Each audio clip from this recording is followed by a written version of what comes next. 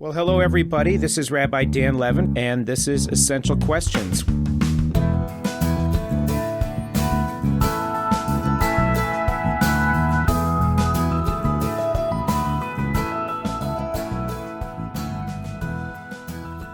Hello, everyone. This is a special edition of our podcast, Essential Questions.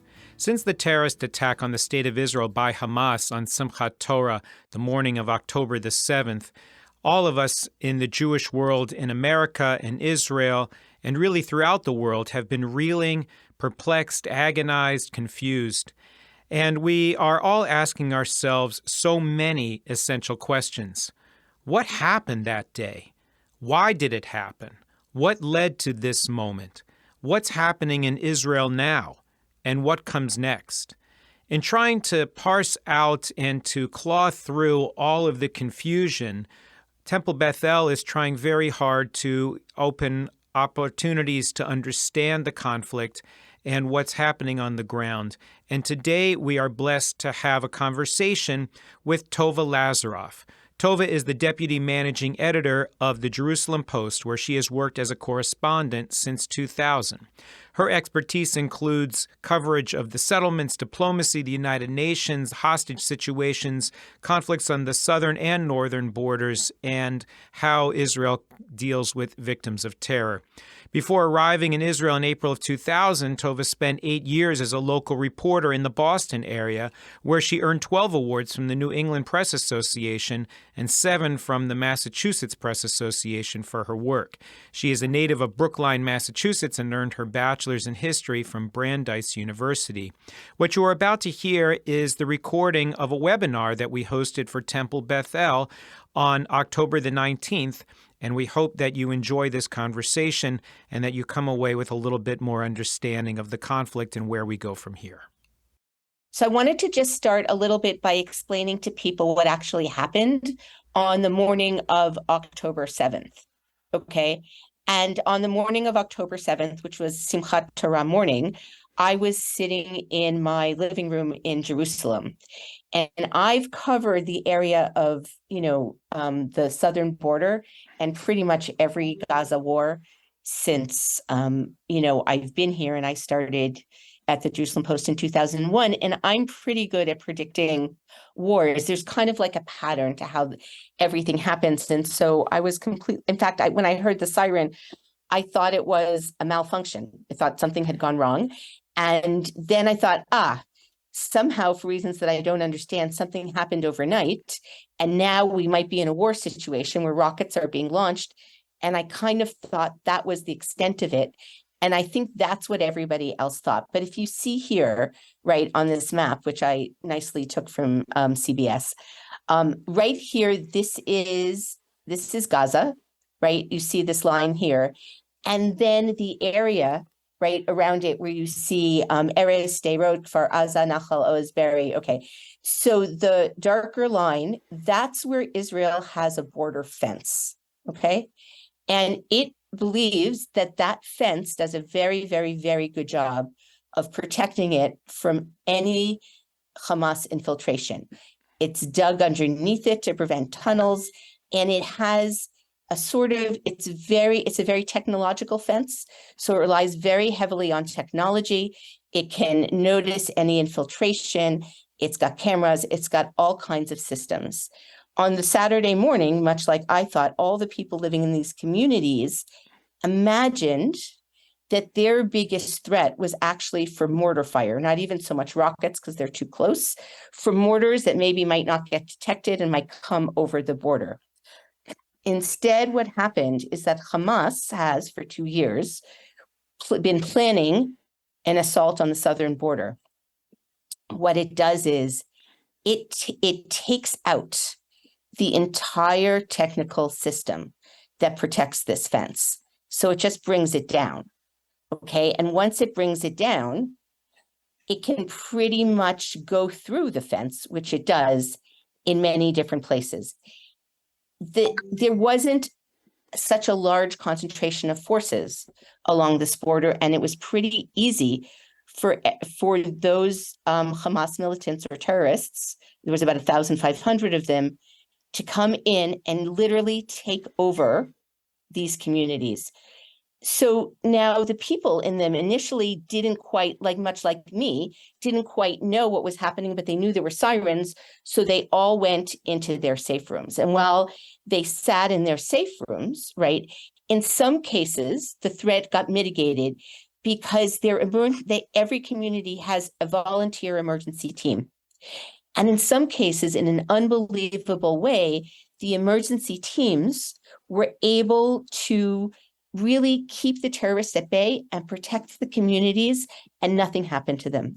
In other cases, the emergency team was killed trying, and terrorists literally overtook those communities. And so if we can now go, if you can just show me the photo of the field. Someone can show me the photo of the field? Hello? There we go. It's up now, Tovah. Okay. I don't actually see it on my thing, but it doesn't matter. So right, thank you. Okay. So if you see this is the back end of Kfar Aza. Okay. And Kfar Aza was one of the communities where the security team was killed really very quickly after the infiltration. If you see these buildings in the background, right, that's actually Gaza. That's a city or a town in Gaza, right? Somewhere in the middle here of the field, you can almost see it, is the security barrier between Gaza and Israel. They broke through it and they came up this back end. And where you see the broken fence, that's where the terrorists entered. If we can just move over to a photo of one of the houses. There you have it. Okay, so what they did is in Kfar Aza, for example, where I believe they killed 69 people, they took over an entire neighborhood. They came in with scooters, they came in with trucks and cars, and in some cases, there was also an entire element where they literally hand glided. That's perfect, thank you. They hand glided over and literally landed in the community. They treated each house as if it was like a military, target that needed to be conquered. It isn't like they were just kind of in the houses. What they wanted to do was they wanted to get people out of the safe rooms. Now, the people in the safe rooms could hear that there were terrorists outside. They already knew that this was not a normal situation, right? And they refused to come out. So they did not come out and they stayed in. Now, in some cases, because the terrorists didn't make it to all of the to all of each community, in some cases they hid in the safe rooms and eventually were rescued by the army. There was about a 3 to 4 hour window before the army could get to these communities, because by the time people understood what was happening, by the time you could get forces into the field, that was about the 3 hour window. In those 3 hours, that is pretty much when they killed about 1,000, probably more than 1,400 people, and they did it in 3 different points. But for these southern border communities, the ones that they infiltrated, right, they, in some cases, they tried to get into the safe room and they were successful. In other cases, they literally put explosives in the house and blew it up. That's what you can see here. Or they smoked it out, right? They started a fire and the fire caused smoke and it forced people to come out of the safe rooms. And it was in those situations that they were killed or taken hostage. The attack really targeted 3 different populations of people, okay? Because it wasn't just along the southern border, but they also these are all Moshavim and Kibbutzim that live along the southern border, but they also managed to get to 2 very small cities, one called Ofakim and one called Sderot. And then they also attacked a music festival. And each one of these three populations kind of represented a different story, okay? So the 2 small cities were originally built as development towns, and they initially were built to host the people, the Jews that came from the Arab countries, primarily Morocco, Tunisia, and Kurdistan. So when those families were forced to leave their homes in Morocco and Tunisia, et cetera, they were then put in development towns you can see it over here, in Ofakim and in Sderot, which should be here, okay? If you go like further down over here where it says Re'im, that was a music festival, okay? And that attracted young people from all over the country. So you had these two development cities. You had a music festival that attracted people from all over the country, and you had, the people that had lived in these border communities that had been there, since the 30s and the 40s. And they really represent those border communities. They really are mostly made up of people from the left. And those are the people that really have supported every peace deal. When we had disengagement, they thought that's when we pulled out of Gaza. They thought that disengagement was right. Many of them were in groups with Palestinian neighbors in Gaza. They remembered when they could go to Gaza. They worked to help the people in Gaza. They worked to help them get medical treatment. And they were, in the end, the ones that took the full brunt of the attack. Essentially, the depth of the attack, the fact that you could infiltrate so far into Israel, the number of people that were killed, and the way that they were killed, which I'm sure everyone has heard some of the stories, and maybe not, I don't need to describe it here, has really changed what has been a tried and true kind of equation having to do with the Gaza Strip, and in some ways will change how Israelis look at the Israeli-Palestinian conflict. When Biden was here, he spoke about, still thinking about two states, and I think there are many, many steps before you can get to that. When this started, as you know, we were in talks to maybe have some kind of very large regional peace deal. But I wanted to just move the dial back a little bit and talk a little bit about how we got here, right? How did we get to this moment in which, for the first time since 1973, we're facing what really would be considered an existential war, or at least that is how the people in Israel are viewing it. It would be hard to explain to them that is not the case, given what happened on that Saturday, right? But if we talk about the Gaza Strip for a second, the area, as you all know, was under the British mandate in 1948, and then there was the War of 48, and Gaza after that war was under Egyptian rule, and then Israel captures it in the 1967 war, and they hold on to it all the way up until 2007. In 1993, there's the Oslo Accords.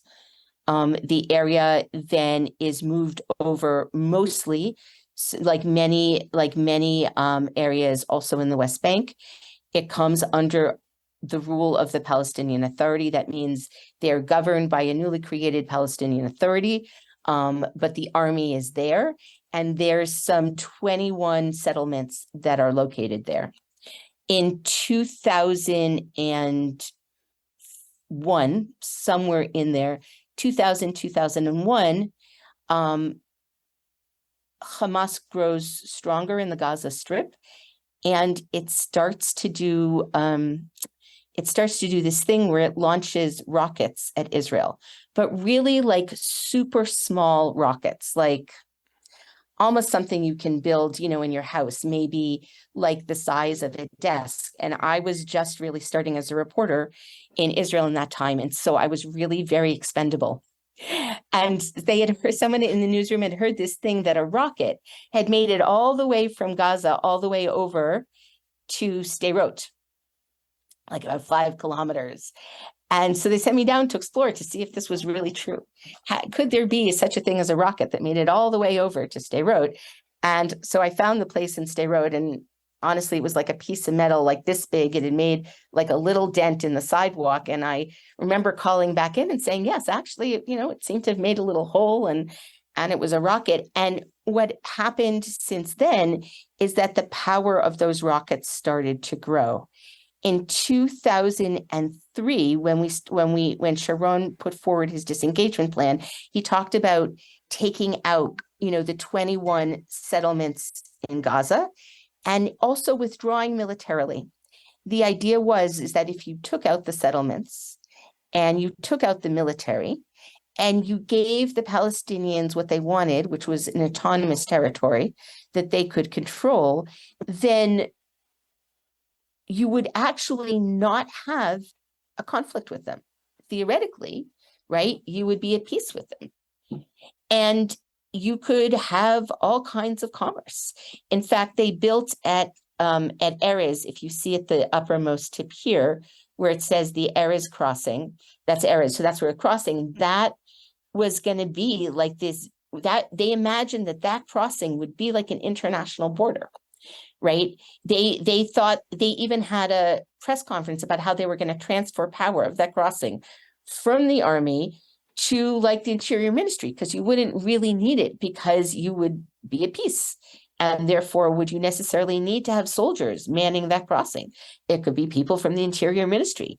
Shimon Peres came down. He gave a whole press conference about the peace we were going to have with Gaza when Israel withdrew. Now, when Israel withdrew, it withdrew to a recognized international line. So the border here between Israel and Gaza, that's an internationally recognized border. That's a pre-1967 border, and it is not in contention. Everybody knows, and everybody in the national community agrees that is the border between sovereign and non-sovereign Israel. So Israel withdrew. It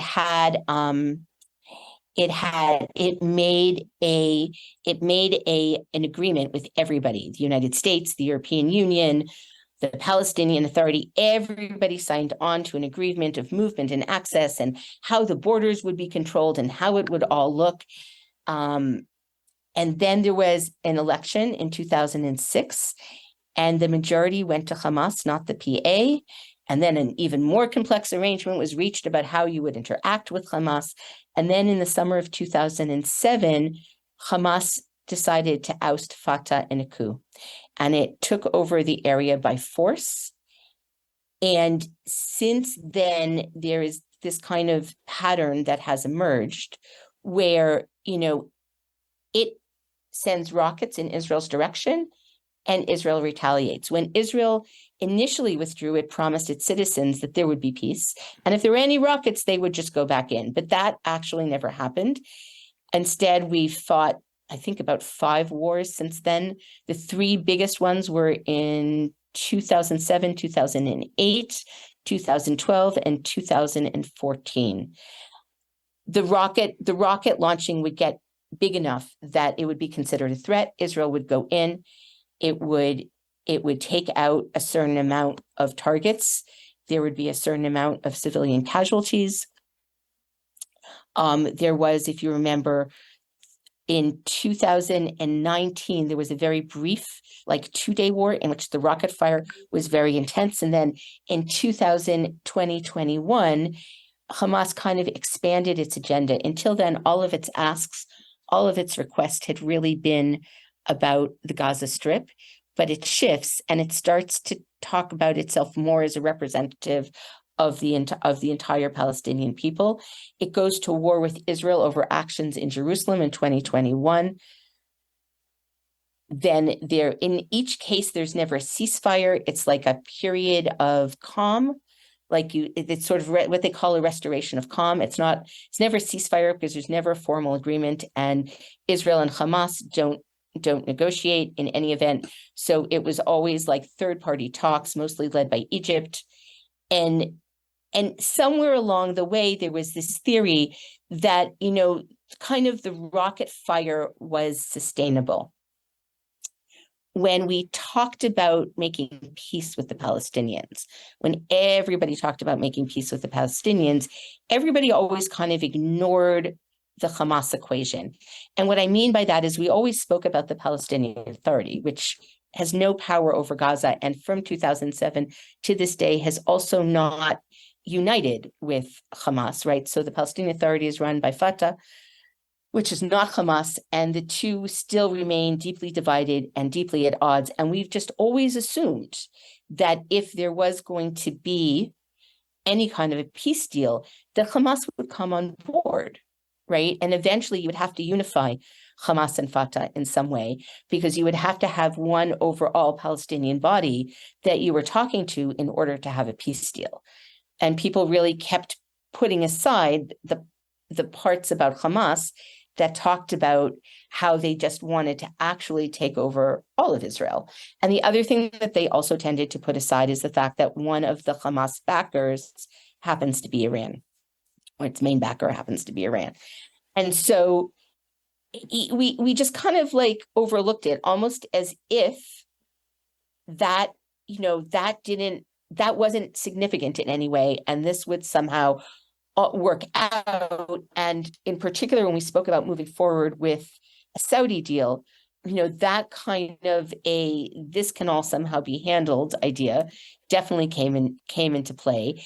And in fact, the going Israeli theory was that Hamas was becoming a more responsible state actor, that it didn't necessarily, want to join some of the more extreme terror activities, that when you compared it to the Palestinian Islamic Jihad, it was more a body that could be dealt with. And the rocket fire that had come from Gaza since then was mostly the PIJ and not Hamas. And on the morning of October 7th, Israel did a massive 180-degree turn, and it came to this understanding that actually really nothing can happen as long as you have Hamas in Gaza, because what happened on the morning of October 7th is about Hamas wanting to take over Israel. And in so doing, its plans are, to kill the Israeli population. And thus they now see themselves in an existential war with Gaza. And I think I'm going to pause it there and see if people have any questions. So I appreciate, Tovah, you sharing that very concise and useful timeline, because I think that you bring up certain pieces of what's happened over the course of history that, as you said, get lost in the shuffle, right? As we talk about successive opportunities and initiatives for peace, you can talk about the initiative with Ehud Barak in 2000, or the Olmert initiative in 2009, or the efforts under the Obama administration, or even most recently the Trump administration.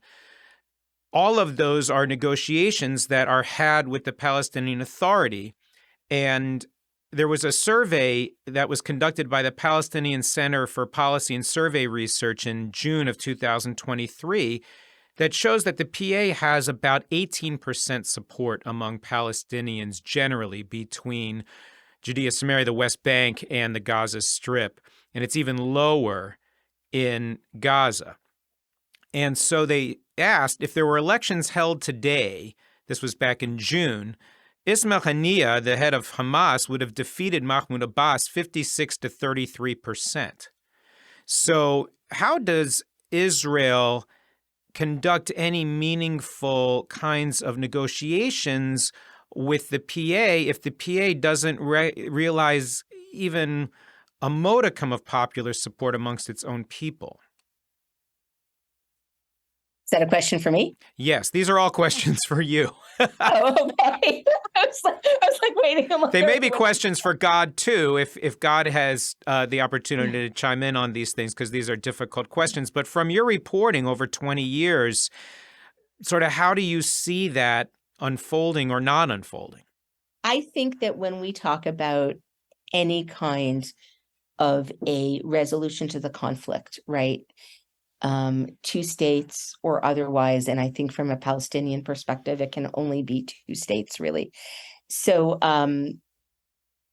you have to assume that that kind of a thing can only happen when you have two moderate democracies in place that have the support of their population, right?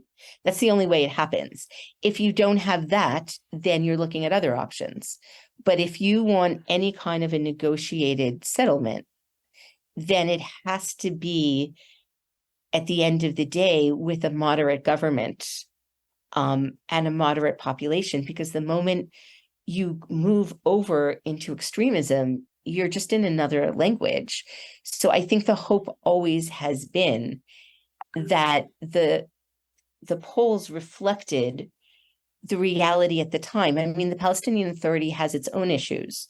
So the idea would be that really that there would be a third option that's not on the table. Sort of if you're asking people to choose between two different options, then, this is what they choose. But if you put a better option in front of them, right, then, they would go for it. Much like, I think, if you took Netanyahu, if you took Bezalel Smotrich of the religious Zionist party, and you took Itamar Ben-Gvir of the Motzma Yehudit party, and say, well, these folks are in the government, and how do you expect to make peace with these folks who don't even support a Palestinian state?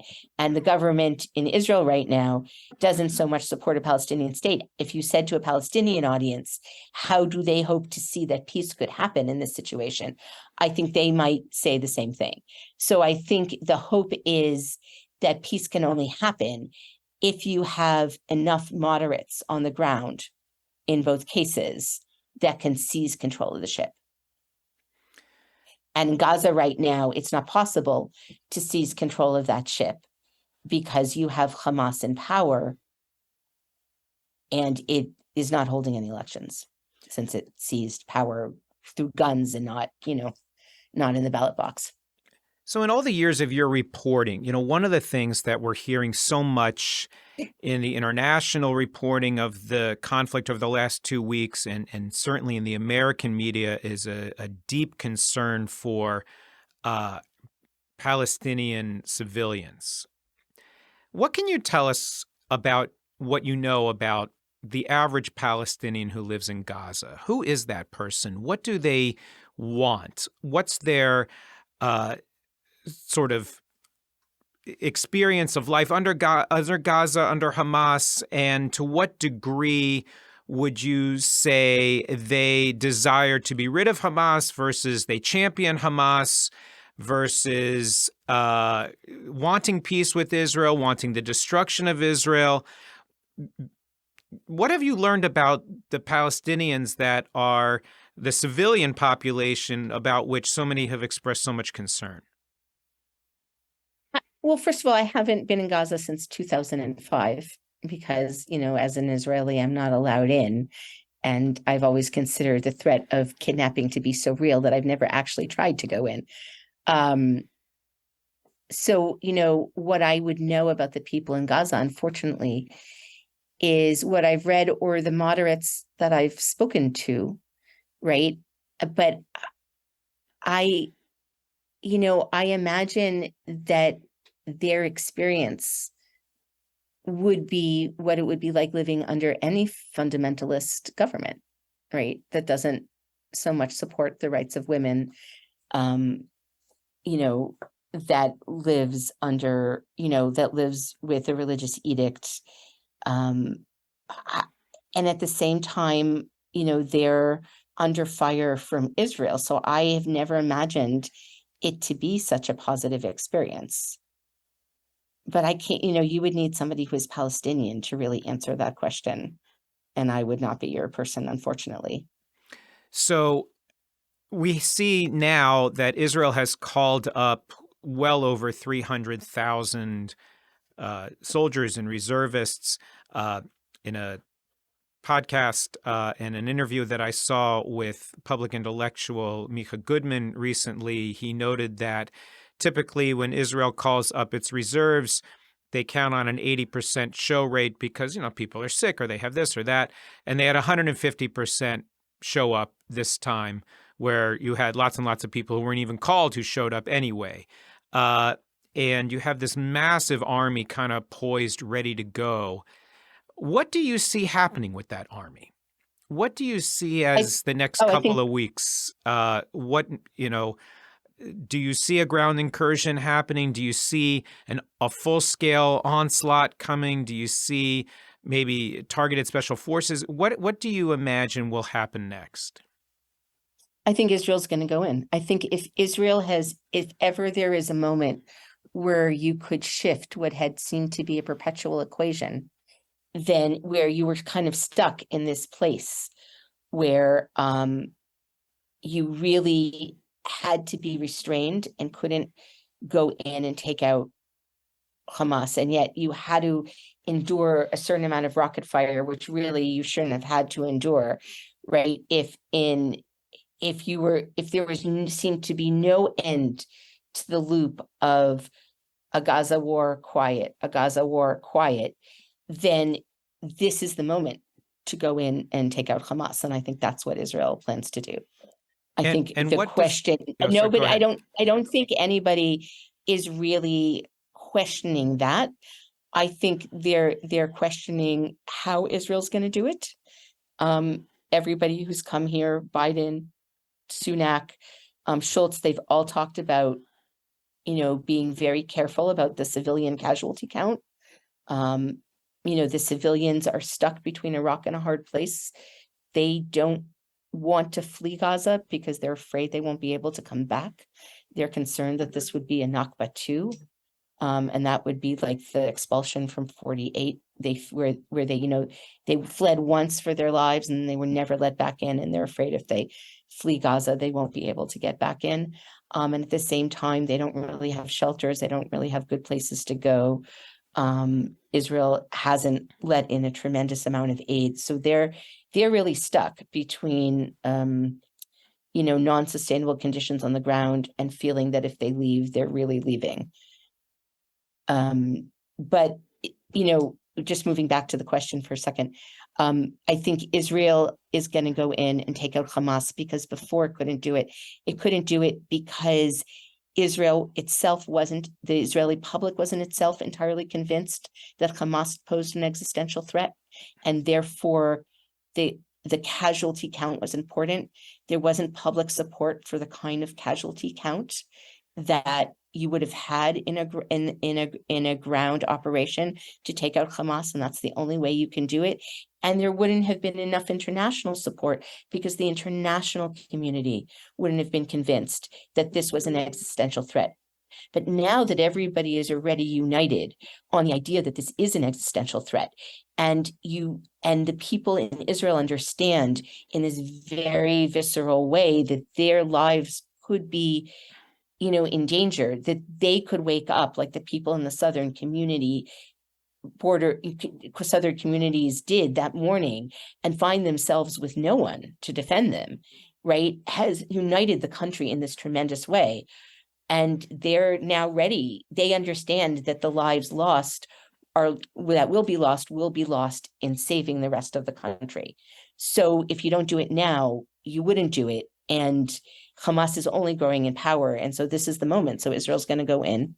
And unless for some reason somebody finds, some other solution, their plan is to take out Hamas. I mean, the argument now is what happens the day after. That they're not even arguing that part. They're arguing what happens the day after. So can you hazard a guess as to what that looks like? If Israel is successful, and what I was hearing today is that taking out Gaza and taking out Hamas in Gaza is almost akin to taking out ISIS in Mosul. So Mosul in Iran is about this, in Iraq, I should say, is about the same size as Gaza City, and Hamas has been likened to ISIS. And it took about 9 months for the U.S. military to root out ISIS in Mosul and to try to remove that threat there. So you're talking about a very long, complicated campaign. What do you imagine it would take to rid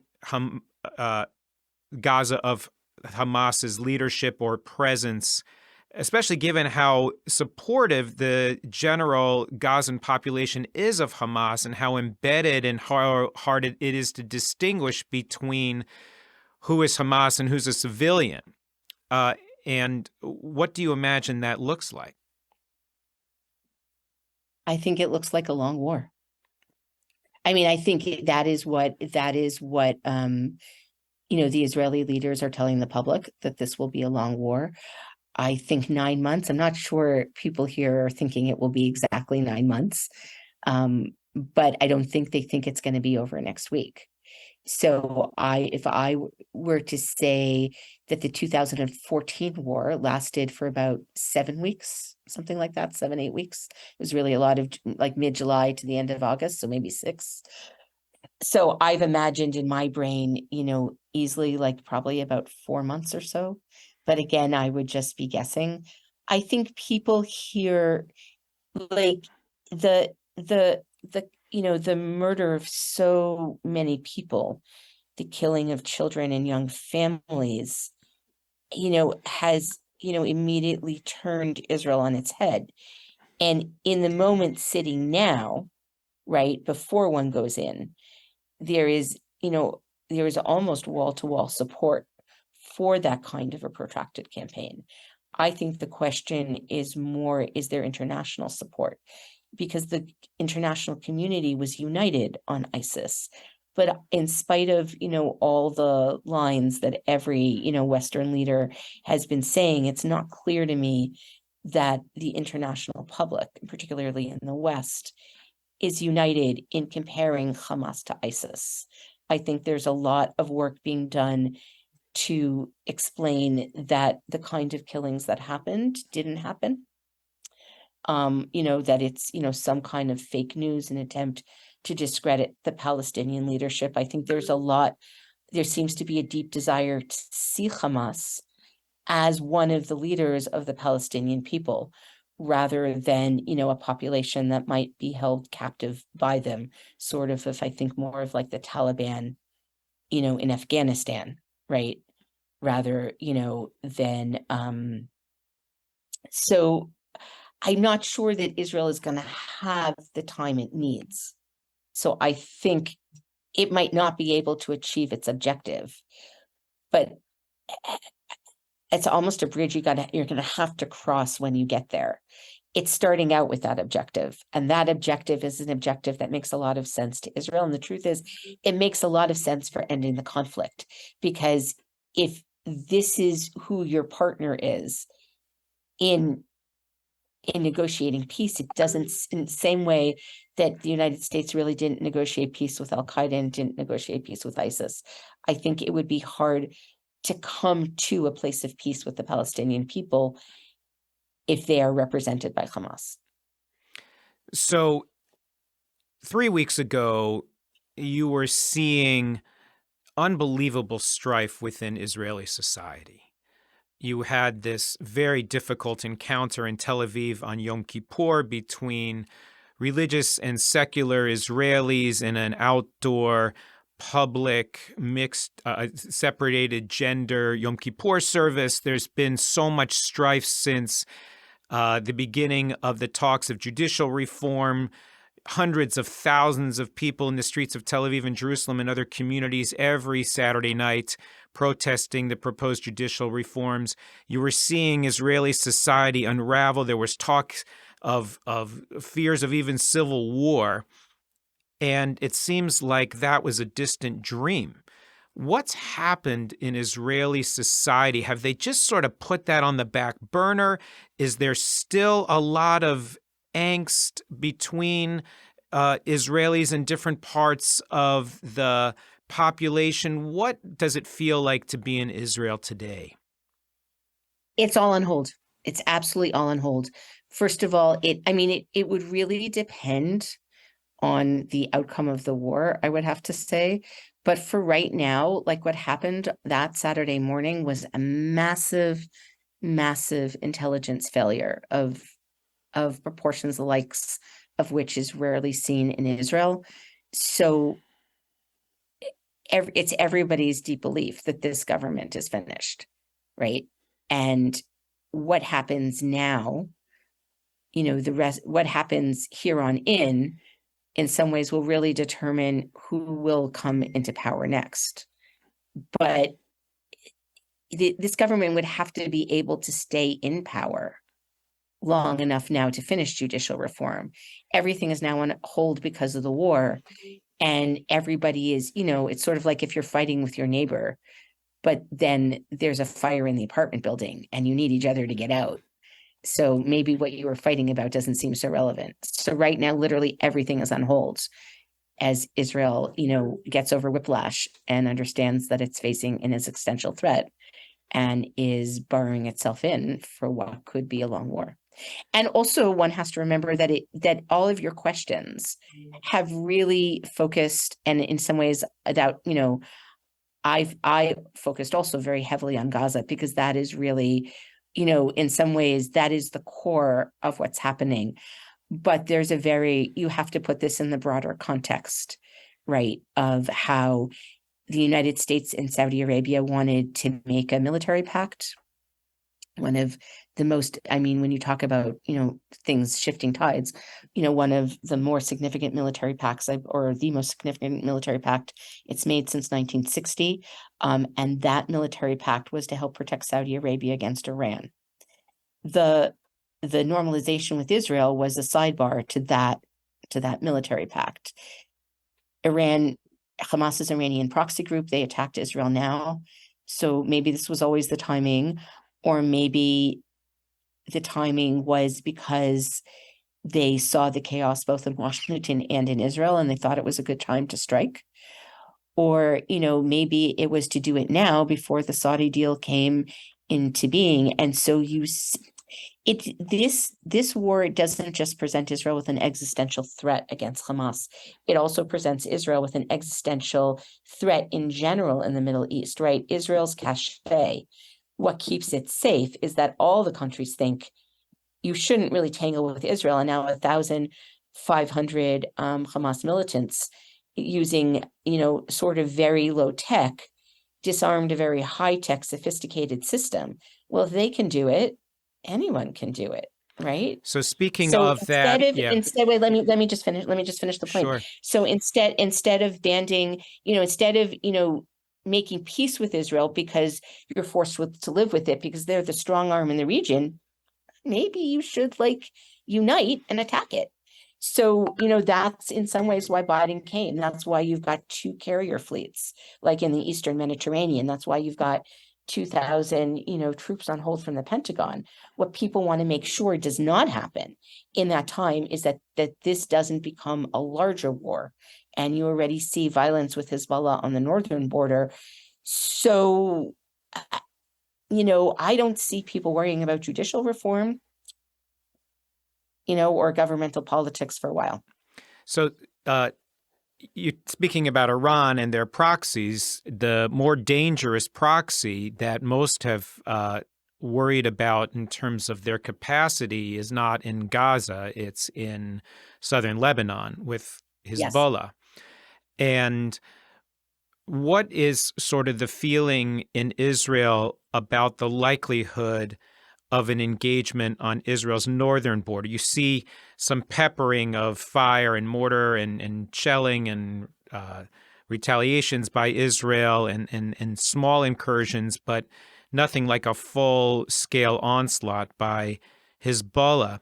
Is there a sense that you have from covering that northern border that Hezbollah is going to sit this one out, or that there's likely to open a full front on Israel's north as well?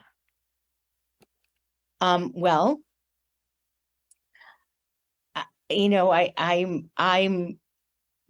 been working, I've been coming up with solutions for my building for, how we could access bathrooms if we were all stuck in the bomb shelter in the basement for a long time.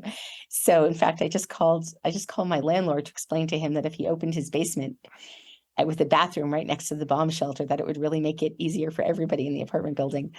And then I told, the solution to the person who's in charge of the overall apartment building to put some more muscle behind that. So I guess some part of me thinks that, yeah, we're also going to war in the north. I think this is actually true. I listened to the news report last night and I called my landlord and I said, hey, I think you need to help out here. But after that, no, I think there's a very high likelihood of war in the north. I think everybody thinks that. And I think everybody is hoping that all these leaders that are coming to the region, Biden and Sunak and Macron, who's going to come, and Schultz, who was here, that they are working pretty hard to prevent that. But I'm not sure it will work. I mean, I think people see an opportunity here. And, I think Israel is galvanized around the idea that they are in an environment of existential threat for a reason. And do you imagine, based on covering President Biden's visit and his meeting with the war cabinet and meeting with Israeli leadership, that if Hezbollah launched a full onslaught of Israel's northern border, that would promote American engagement? I think it would have to you would have to have Iran actively involved before you would get America in. But I think that, in 2006, when Israel fought Hezbollah, the entire north, all the way down to Hadera, was pretty paralyzed. So for sure, if you do that, if you have a war on both fronts, you will have an enormous amount of the country under fire at the same time. And typically half of the country has been under fire, right? You either have a war in the south or you've had a war in the north.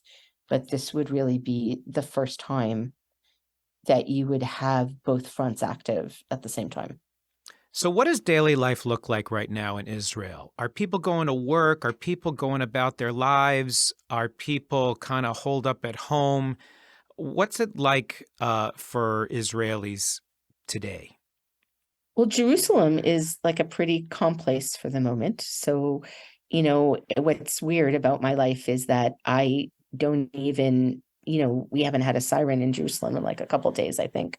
So I wake up in the morning, and aside from the frenzy around it, it feels very normal. But if you lived in those southern communities, those southern communities are not, everybody's gone, and they're like little army camps, right? The South in general feels very much like an area under war. There's soldiers everywhere. There's tanks everywhere. There's a massive amount of movement. There's a lot of sirens going off. They've evacuated a lot of Sderot, which is, a city of at least, I think, 30, 40, 50,000 people. I forgot to look up the numbers, but it's not a small place. So it's, you would feel very much like you were in a country at war. And what about in the north? But if you're in Tel Aviv, where more of the rockets are hitting, then you would also feel that, right? But if you're in the north, then you're calm for the moment. You're like waiting for it to happen. But it hasn't happened yet, unless you're on the very northern border like Metula. And then, you already feel the impact. So we have about 10 minutes left. If people who are with us have questions, you can look at the bottom of your screen, and there's the Q&A little piece, and you can put a question in there if you want to ask Tovah a question. I wanted to ask one more question while we see if there are others who jump in with their own questions. And so, again, if anyone has a question or a thought, they can put that in the Q&A at the bottom. But my question is, what's it like being an Israeli Arab today? If I'm an Arab who lives in Haifa, I'm an Arab who lives in Jaffa, I'm an Arab that lives in East Jerusalem, an Israeli Arab and a citizen of Israel, what's it like for me in the midst of this conflict? What are you hearing from Israeli Arabs that you've met? Yeah, I'm going to skip that question because I don't feel like it would be fair to represent them in any way. So I just prefer to pass on to a question that I can answer.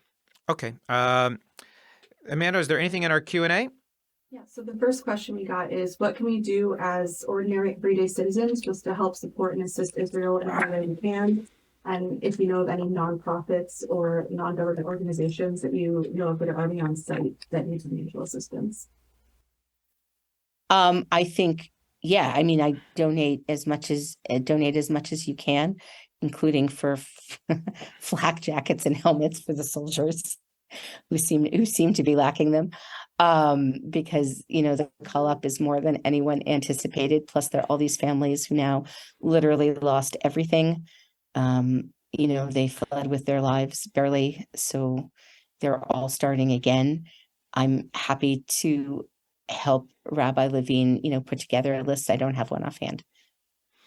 As the Temple's website shows, there are efforts to support the UJA Federation's campaign that is providing relief to all kinds of organizations, large and small, in Israel, along with Magen David Adom. And there are other initiatives that are growing all the time to support communities like Kfar Aza and Ofakim and others that are trying to not only sustain the survivors of those communities who are literally had to leave their homes with nothing, sometimes not even with shoes, and who are literally refugees within their own communities, as well as efforts eventually to rebuild those communities.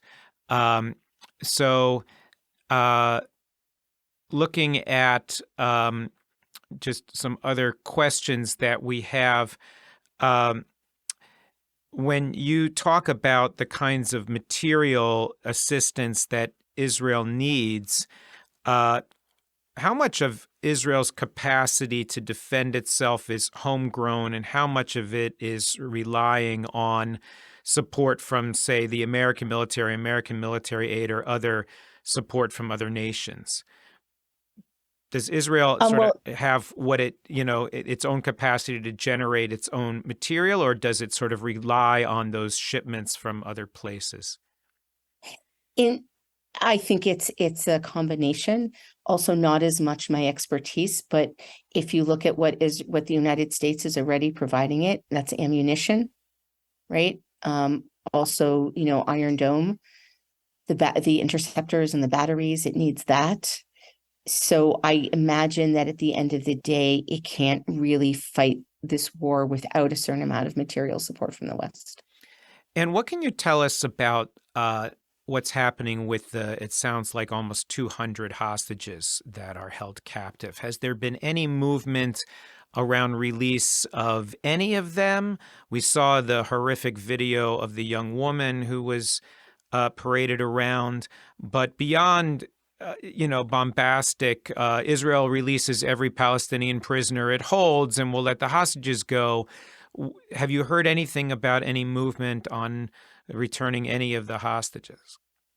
Well, I think that part of Israel's thing about humanitarian aid is exactly that. Like, no, we're not going to give you humanitarian aid until you release the hostages. I think that we've never been in this situation before. Typically, the hostages are soldiers for the most part. And now you have civilians. I think that Turkey is working behind the scenes on a deal, but it would be my guess that Israel's preference is to take them out and not do a deal, because I don't see how you could do a deal for that many people, and if you did a deal, you would put a lot more people in danger. So somewhere they have to be drawing up a plan to go in and take them out without doing a deal. Sort of more like an Entebbe style thing would be the preferred option if that was possible. I think we have time, Amanda, for one more question. We have a question here. Any thoughts on the pro-Palestinian rallies we've seen on campuses near us? Yeah, I think that's part of, the narrative that puts Hamas as the legitimate voice for the Palestinian people. I think, that concern for the Palestinians in Gaza is really important, but support for Hamas's operation against the South is really a statement about not believing that Israel should exist. So I think there's a line there between supporting the legitimate rights of Palestinians and not calling for the destruction of Israel that often gets crossed. And I think that's, there's a big piece of American ignorance about who Yes. Hamas is. I think we tend to want to lay our own understanding on a conflict so that it fits in our own way of looking at the world. So when we want to look at the world as good guys and bad guys, then you see civilians running for cover. These must be the good guys. And people who are blowing up buildings, those must be the bad guys. And not looking at, well, why is it, right? So you hear Palestinians talking about Gaza as an open-air prison. There's no sort of deeper thinking about, well, why is that, right? What prompted that? Why is it that Israel has to have this big, deep, sophisticated technological fence and a naval blockade? And we saw what happens when you open that border. When you open that border, you had thousands of terrorists cross over and commit mass murder.